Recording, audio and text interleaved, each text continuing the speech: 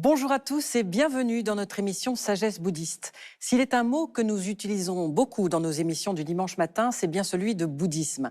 Mais que signifie-t-il en réalité, notamment au regard de son étymologie? Pourquoi, quand, comment ce mot s'est-il imposé aux Occidentaux alors qu'il n'existait pas ni bien sûr du temps du Bouddha, ni durant les siècles où ses enseignements se sont transmis dans toute l'Asie? Et qu'utilisait-on donc alors pour désigner la voie du Bouddha? C'est ce dont nous allons parler durant 2 émissions avec notre invité Dominique Trottignon. Ce matin, nous nous arrêterons donc sur le mot bouddhisme et la semaine prochaine sur le mot Dhamma Vinaya, cette fameuse expression pali qui évoque la voie du Bouddha. Nous avons donc le grand plaisir de recevoir Dominique Trottignon. Bonjour. Bonjour. Alors, vous êtes pratiquant dans le Theravada depuis 50 ans. Vous êtes chercheur, spécialiste du bouddhisme ancien. Vous enseignez dans 2 associations, Vivekarama et Bopat. Et puis, vous avez assuré la direction de l'Institut d'études bouddhiques durant 20 ans. Merci infiniment d'être avec nous sur ce plateau. Merci à vous. Alors, tout d'abord, pourquoi vous avez eu envie de vous interroger sur le mot bouddhisme? Alors le mot bouddhisme, pas seulement, parce qu'en fait, je me suis toujours intéressé à tous les termes français qu'on utilisait pour traduire les termes de langue indienne employés à l'origine dans les enseignements du Bouddha. Il y a beaucoup de malentendus en Occident par l'utilisation des mots français plutôt que par les mots originaux. J'ai fini par porter mon regard quand même sur le mot le plus important, c'est celui le générique qui présente l'enseignement du Bouddha. D'ailleurs, moi-même, je n'emploie quasiment plus le mot bouddhisme, je préfère employer celui d'enseignement du Bouddha. Alors, que signifie-t-il, bouddhisme? Comme tous les mots en isme, il est abouté à un mot dont il prolonge le sens, mais on ne sait pas exactement ce qu'il signifie, le mot en isme. Ça désigne en fait un mouvement, un mouvement de pensée, un grand système, une doctrine. On l'emploie pour les politiques, on l'emploie pour les religions, on l'emploie dans de multiples façons. Et l'Académie française a même osé dire, dans un article sur Internet à propos de ce suffixe en isme, que souvent c'était la marque d'une grande paresse intellectuelle. De baptiser, vous voulez dire Voilà. Un concept avec un suffixe en Avec isme, un suffixe en isme. Donc finalement, qu'est-ce qu'on a? On a le mot Bouddha, enfin, ou bouddhaïsme d'ailleurs. On a hésité à un moment à appeler ça le bouddhaïsme, mais le mot n'indique rien.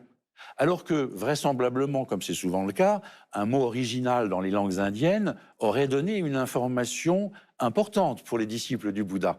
Donc je pense que c'est intéressant d'aller voir ce mot original pour contrebalancer ce côté un peu pas tout à fait neutre, en fait, de mot bouddhisme, parce qu'il a une tendance marquée à privilégier le côté intellectuel de l'enseignement du Bouddha. Mais enfin, il parle quand même du mot Bouddha. Donc, qui signifie quoi lui-même? Alors, le mot Bouddha, on sait que pendant très longtemps, il a été traduit par illuminé. Aujourd'hui, on le traduit plus correctement par éveillé. Mais voilà, donc, qu'est-ce que ça veut dire, bouddhisme? Ça veut dire l'enseignement du Bouddha. En gros, c'est ça, dans ce sens-là, qu'on l'emploie. Mais ce qu'apporte ce terme en isme, en fait, c'est l'idée d'un système. Comme on parle du socialisme, un système politique ou un système religieux comme le christianisme, il y a dans ce suffixe isme l'idée de quelque chose de très doctrinaire. Et je pense que c'est ça qui pose problème en ce qui concerne l'enseignement du Bouddha. Parce que lui-même insistait beaucoup sur le fait qu'il ne voulait pas transmettre un savoir, il ne voulait pas transmettre une doctrine, il voulait transformer ses disciples dans leur manière de voir les choses et dans leur manière de les vivre. Et ça, le mot bouddhisme a tendance à le réduire à juste un discours plutôt philosophique. Alors, comment ce mot est-il apparu, bouddhisme, et quel est le rôle des jésuites, finalement, dans cette construction de ce concept? Alors, il y a effectivement 2 choses. Il y a des intellectuels qui ont créé le mot, qui sont plutôt des intellectuels qui travaillent sur des textes. À l'origine, le mot est apparu en fait dans la littérature française. C'est en France, dans les années 1820-1830, qu'on le voit employé vraiment de façon systématique pour la première fois. Mais il faut comprendre qu'à cette époque-là, on commence à s'intéresser aux enseignements du Bouddha d'une façon très différente de celle qui avait été la nôtre dans les siècles précédents. C'est-à-dire, en gros, depuis le Moyen-Âge, depuis le XIIIe siècle, jusqu'au XVIIIe siècle, les Européens connaissent le bouddhisme à travers les récits qu'en font des voyageurs qui se rendent en Asie dans des pays où l'enseignement du Bouddha est pratiqué. Donc ce sont des marchands, ce sont des religieux, ce sont des ambassadeurs qui ramène un témoignage direct de la façon dont les disciples du Bouddha vivent ces enseignements. À partir du 19e siècle et du début du 19e siècle, on va, à travers des textes qui ont été rapportés dans les bibliothèques, dans des cabinets, étudier uniquement la doctrine. Et le mot bouddhisme, en fait, il est vraiment associé à la doctrine du Bouddha. C'est-à-dire que là, on n'a plus du tout, quasiment jusqu'au XXe siècle, et le retour des ethnologues ou des sociologues en Asie, du début du XIXe siècle jusqu'au milieu du XXe siècle, on va s'intéresser au bouddhisme essentiellement à travers les textes. Et ce mot bouddhisme, il montre bien cet intérêt intellectuel.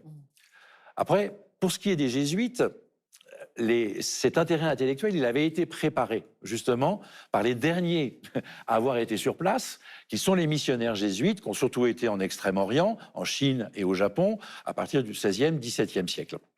Et les jésuites ont commencé à développer une vision du bouddhisme assez manichéenne, assez caricaturale, mais qui a fait florès dans la culture occidentale. C'est l'idée qu'il y aurait deux discours. Alors, il y a effectivement cet enseignement dans le bouddhisme, de l'idée qu'il y a deux types de réalités et deux discours qui correspondent. Mais ce que les jésuites ont pensé, c'est qu'il y avait un discours qui était réservé aux gens du peuple, où on lui enseignait la réincarnation et la nécessité de faire des offrandes aux moines pour accumuler des mérites afin d'avoir une meilleure renaissance. Et puis, il y avait le discours intellectuel, un discours supérieur, réservé à l'élite, qui était celle des moines.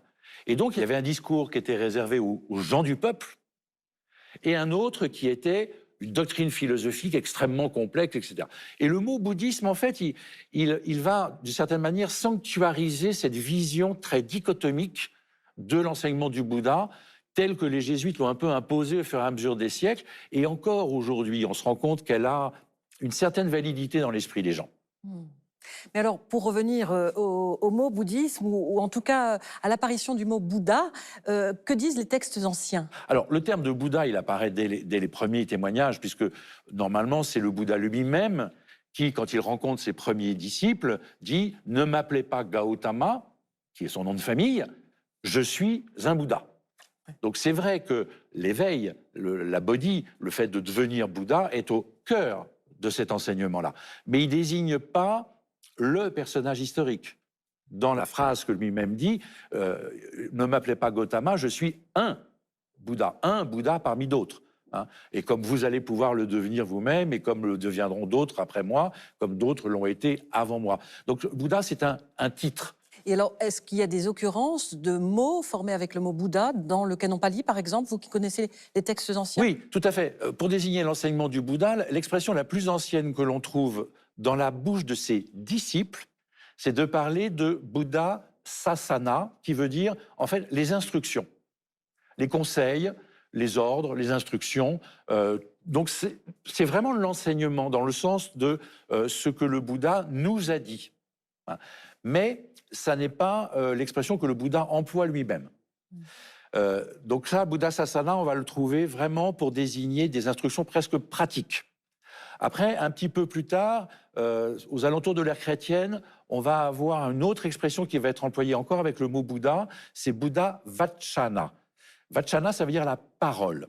Donc ce ne sont plus les instructions, c'est le fait que ce que l'on entend a été prononcé par un Bouddha. Alors il faut le replacer dans le cadre historique. Aux alentours de l'ère chrétienne, c'est le moment où apparaît la littérature du grand véhicule qui va faire scandale. Et en fait, les détracteurs du grand véhicule vont dire « mais ce n'est pas parole de Bouddha, c'est parole de bhikkhu, c'est parole d'intellectuels, c'est parole de gens qui font des arguties, etc. » Donc on va opposer ce qui est parole de Bouddha comme parole, nous on dirait parole d'évangile, parole du fondateur, par rapport aux paroles de ses disciples ultérieurs.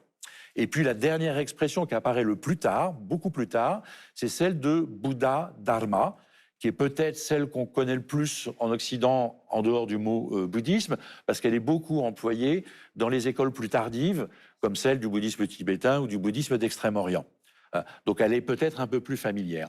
Et là, en l'occurrence, le mot dharma est un mot qui est employé par toutes les spiritualités indiennes pour désigner leurs enseignements.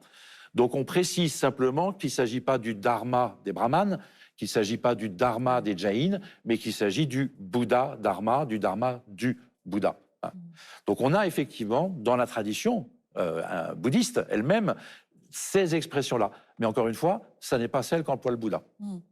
Quelle signification, Dominique Trottignon, donnez-vous au fait que les Occidentaux, justement, ont eu envie de forger un mot sur un homme et non pas sur une pensée ou un concept? Alors, je ne sais pas s'il y a une explication à donner, parce que quand on regarde la façon dont les Occidentaux, surtout au XIXe siècle, nomment les différentes spiritualités auxquelles qu'ils découvrent, Oui. ou qu'ils veulent classifier, parce que c'est un peu ça. En fait, on voit Bouddha, c'est un titre, ça va donner bouddhisme.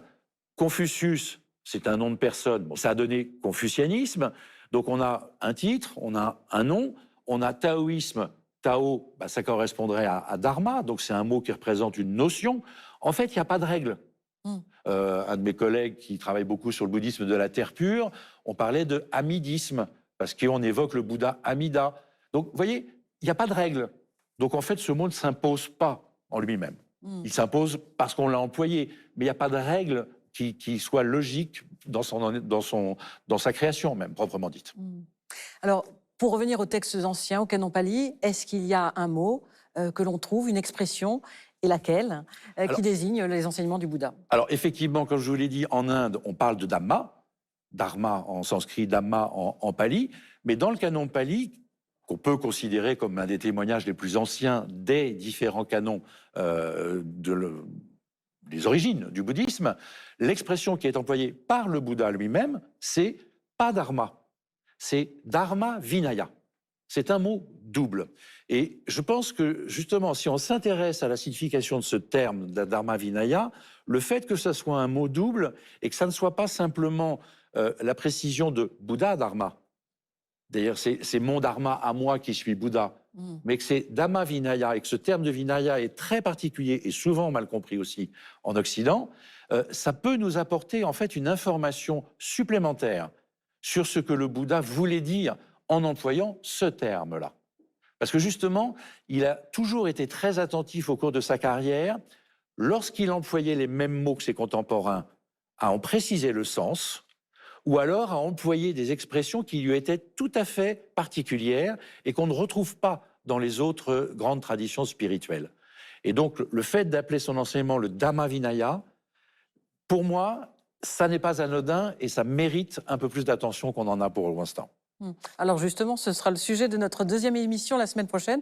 Étudier ce mot, Dhamma Vinaya, avec vous, avec vos explications. Très volontiers. Merci infiniment. D'ici là, avant de nous quitter, quelques propositions de lecture en rapport avec le thème de notre émission. Tout d'abord, La rencontre du bouddhisme et de l'Occident du cardinal Henri de Lubac aux éditions Cerf. Un ouvrage paru il y a 75 ans, écrit par un prêtre jésuite, professeur d'histoire des religions. Il retrace l'évolution comprise par les Occidentaux du bouddhisme depuis les découvertes missionnaires de l'Ancien Régime jusqu'aux analyses scientifiques du XXe siècle. La pensée du Bouddha de Richard Gombrich aux éditions Le Prunier-Sully. L'auteur propose ici de retrouver la pensée originelle du Bouddha, considérée comme l'une des plus brillantes de tous les temps, qui s'est émancipée des traditions brahmaniques et jaïnes de l'époque, il y a 2600 ans. Et puis, l'introduction à l'enseignement du Bouddha et à sa pratique de Michel-Henri Dufour chez l'Harmattan. On trouvera ici une synthèse sur les points essentiels du bouddhisme qui s'appuie sur les textes anciens et qui clarifie les termes parfois mal traduits, véhiculant de fausses idées depuis des siècles. Voilà, cette première partie d'émission touche à sa fin. Merci à tous de l'avoir suivie. Vous pouvez la revoir sur la plateforme France.tv. Très heureux dimanche à tous et à la semaine prochaine. Merci.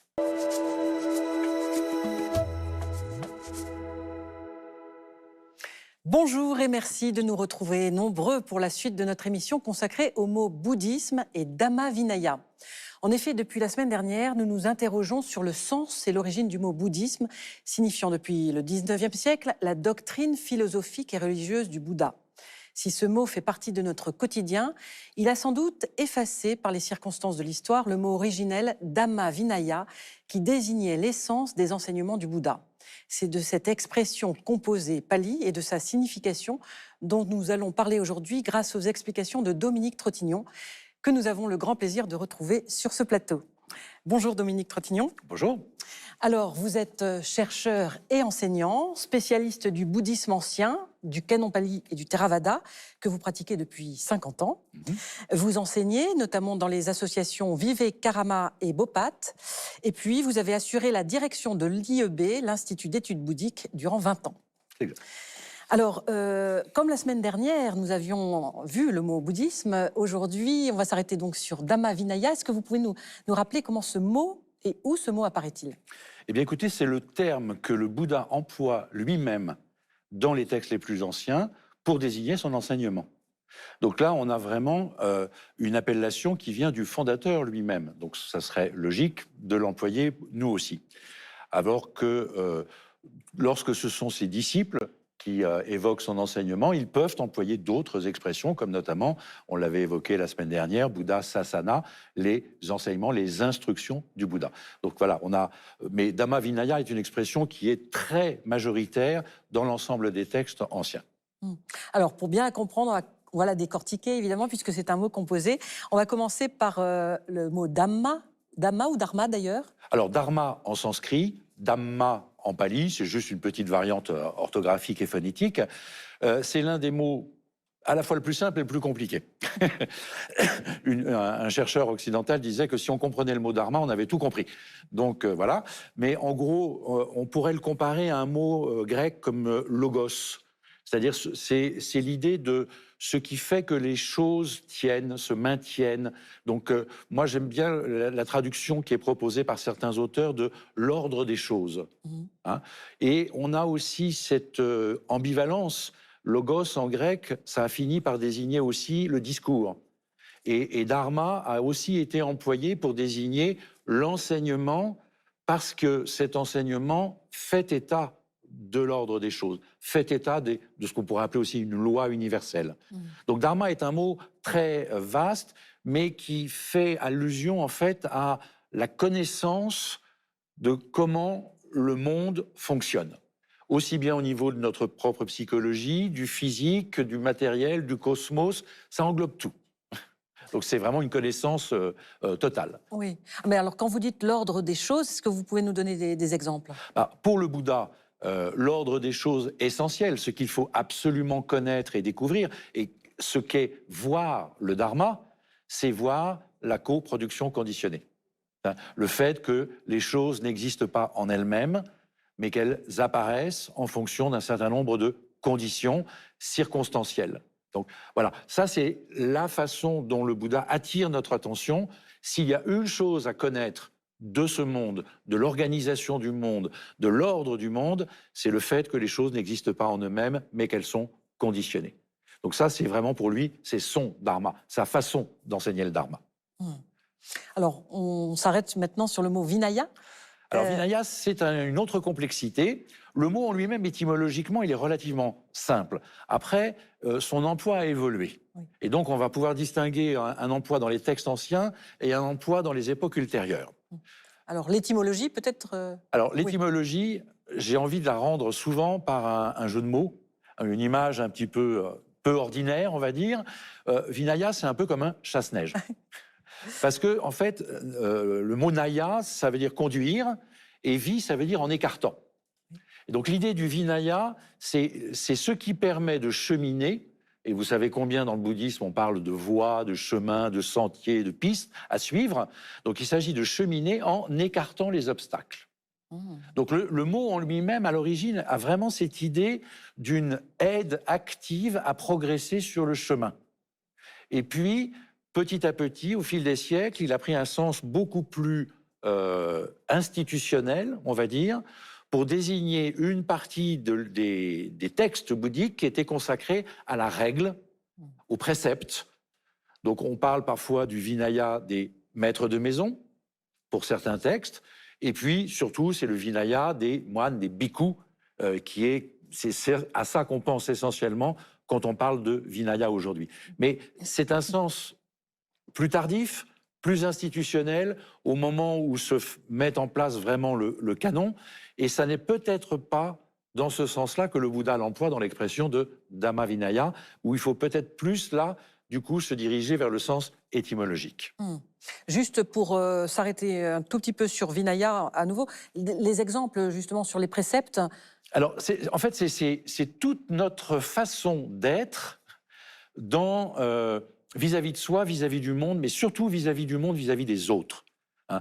Même du point de vue institutionnel, le Vinaya aujourd'hui, la règle monastique, pour faire simple, 90%, ce sont des règles de bienséance. Hein. C'est très peu de règles de pratique spirituelle. Hein. Mais c'est extrêmement important, et c'est là-dessus que je pense qu'on va pouvoir mieux comprendre le terme de Dhamma Vinaya, c'est que, en fait, le Bouddha, dans son enseignement, va toujours proposer des préceptes qui sont en lien avec le degré de connaissance de ses disciples. Et que, en fait, il y a la volonté chez lui d'adapter le discours à une attitude qui est à la fois une attitude de comportement et liée à un certain degré de connaissance. Et c'est, en fait, moi, ce que je vois dans ce terme de Dhamma Vinaya, c'est cette jonction nécessaire, obligatoire, dont il faut avoir conscience qu'on ne peut agir d'une certaine manière que si on a un degré de connaissance particulier et que notre comportement révèle notre degré de connaissance, mais aussi que notre comportement peut nous permettre d'évoluer dans notre degré de connaissance. Et donc, il y a comme le corps et l'esprit qui sont mêlés, comme soi et autrui est mêlé, la connaissance et le comportement sont eux aussi en lien. Et ça, c'est bien exprimé par un des qualificatifs du Bouddha. Hein, vous connaissez peut-être, il est l'Arahant, le bienheureux, le méritant, le Bouddha parfaitement accompli, et il est parfaitement accompli en vision et en comportement. Et ça, c'est vraiment ce lien entre les deux que me semble refléter ce terme de Dhamma Vinaya. Est-ce qu'on peut, justement, maintenant qu'on a compris, on a eu les explications sur Dhamma puis Vinaya, voir la signification finalement... Alors, essayer de proposer une traduction, moi, j'y arriverai pas. J'y arriverai pas parce que, justement, ça, c'est une des choses étonnantes dans cette langue, c'est qu'elle a la capacité de créer des mots composés d'une richesse de sens extraordinaire, mais sous une forme extrêmement rétrécie, rassemblée. Donc, Dhamma Vinaya, moi, si je devais donner une expression équivalente, ça serait façon de voir, façon de vivre. Et d'expliquer que finalement, il y a ce lien permanent entre notre façon de voir le monde et de se voir soi-même et notre façon de vivre le monde et de se vivre soi-même. Et alors, après l'image du chasse-neige, je peux vous en proposer une autre. Allez-y. Pour le Dhamma Vinaya. Comme on parle toujours de chemin progressif, on peut prendre l'image de l'échelle. Donc l'échelle, vous avez les différentes marches, enfin en l'occurrence les différents barreaux de l'échelle, oui. Mais vous avez deux montants. Et puis quand vous commencez à monter sur une échelle, vous mettez une main à ce niveau-là, mais non, en fait vous mettez une main plus haute que l'autre pour mettre le pied plus haut. Et puis ensuite, une fois que vous êtes là, vous mettez l'autre main plus haut et vous montez le pied. C'est un petit peu comme ça que je vois le Dhamma Vinaya et que je vois l'enseignement du Bouddha. C'est-à-dire, vous êtes en bas, vous avez les deux mains au même niveau, on vous propose de changer quelque chose, ça va vous permettre de monter. Et puis, hop, vous allez pouvoir monter de l'autre côté. Donc, un petit peu de Dhamma, un peu de Vinaya, un peu de Dhamma, un peu de Vinaya. Le fait de connaître des choses va changer votre comportement. Le fait de changer de comportement va vous permettre de développer votre connaissance. Parce que c'est important de comprendre aussi que dans cette idée de Bouddha que tout est conditionné, en fait, vous ne pouvez pas développer votre connaissance si vous n'avez pas créé les conditions propices à ce que cette connaissance surgisse. Donc ça ne relève pas de votre volonté, ça relève des circonstances. Et votre comportement, il fait partie de ces circonstances. C'est-à-dire quelqu'un qui suit les préceptes, comme celui qui pratique la méditation, comme celui qui étudie, comme celui qui enseigne, c'est autant de circonstances favorables pour modifier le comportement et modifier la connaissance. Et donc, le couple qui insiste sur la liaison entre les deux, je pense que c'est ça qui est le plus important, finalement. Ce que vous voulez dire aussi, c'est que le mot Dhamma enrichit le mot Vinaya au fur et à mesure? C'est-à-dire que le Dhamma, non, il ne peut pas être enrichi, c'est l'ordre des choses. Mais notre façon Oui. de voir le Dharma, notre connaissance du Dharma est facilitée par le comportement adéquat. Donc quand on a une connaissance que le Bouddha juge illusoire, notre comportement, ben, il est malheureux. C'est pour ça qu'on nourrit l'insatisfaction. Et on développe donc ces actions qu'on appelle les actions karmiques négatives. Il va nous proposer d'abandonner les activités karmiques négatives pour pratiquer des activités karmiques positives. Et ces activités karmiques positives vont permettre d'acquérir une connaissance plus approfondie. Parce que, en fait, les activités négatives nous empêchaient de voir un certain nombre de choses. Les activités karmiques positives vont nous permettre de voir ces choses. Et puis, comme ça, on va évoluer au fur et à mesure de l'enseignement et en même temps au fur et à mesure de la pratique. En fait, on ne peut pas dissocier les deux. Et donc, notre comportement nous aide à mieux connaître le Dharma et la meilleure connaissance du Dharma nous aide à améliorer notre comportement. Dhamma et Vinaya sont liés. Alors, il y a une double difficulté pour les Occidentaux avec ce terme. Déjà parce que c'est un mot composé, vous l'avez dit, ça complique la traduction et la compréhension. Et en plus, c'est un mot qui ne fait pas apparaître finalement le mot Bouddha. Non. Alors, est-ce que c'est pour ça qu'il a été supplanté par le Alors, je pense qu'il y a une solution de facilité à parler de bouddhisme. Oui, effectivement. Moi, je ne suis pas contre obligatoirement le fait qu'on emploie un mot qui soit lié au Bouddha plutôt qu'à Dhamma Vinaya, qui est effectivement un terme peut-être un peu technique. D'ailleurs, dans les pays asiatiques, on parle plus du Bouddha Dharma que du Dhamma Vinaya. Faut être juste. Mais à ce moment-là, peut-être qu'on pourrait plus parler de l'enseignement du Bouddha, des enseignements du Bouddha, plutôt que de bouddhisme. Encore une fois, ce qui me gêne dans ce mot bouddhisme, c'est d'avoir quelque chose de trop doctrinal, de trop intellectuel. Parce que dans Dhamma Vinaya, justement, l'aspect pratique est mis au même niveau que l'aspect de connaissance. Alors que dans le bouddhisme, c'est vraiment la connaissance intellectuelle qui est mise en avant. Et je crois que c'est ça qui me gêne finalement le plus. Mais vous n'en êtes pas à vouloir remplacer un terme par un autre, c'est-à-dire Dhamma Vinaya. Non, je comprends que ça soit un peu difficile à employer, mais moi, je vous avoue personnellement, aujourd'hui, je préfère parler des enseignements du Bouddha que de parler de bouddhisme. Ce sera le mot de la fin. Merci infiniment, Dominique Trottignon, d'avoir été notre invité durant 2 dimanches. Merci. Avant de nous quitter, voici quelques livres dont nous vous suggérons la lecture. La légende de Gautama de Didier Trottener aux éditions Sukha. Ce livre enquête sur chaque élément biographique du Bouddha historique, de son nom à son éveil, en passant par ses origines princières, ses épreuves, pour distinguer la réalité de la légende et s'assurer que les enseignements du Bouddha sont eux-mêmes réels et non légendaires. Les plus belles paroles du Bouddha, versets du Dhammapada, traduit et présenté par Jeanne Chute aux éditions Sully, issu de l'un des plus anciens recueils des enseignements du Bouddha. Ces stances imagées sont reconnues dans toutes les écoles du bouddhisme comme source d'inspiration, montrant la voie de la libération. Et puis, Initiation au bouddhisme d'Alain Groret chez Albin Michel. On trouvera ici une synthèse sur les notions clés qui structurent les enseignements du Bouddha et leur lien avec les disciplines modernes que sont la psychothérapie et les sciences cognitives. Voilà, l'émission se termine. Merci à tous de l'avoir suivie. Vous pouvez la retrouver sur la plateforme France.tv. Très heureux dimanche à tous et bonne semaine. Merci.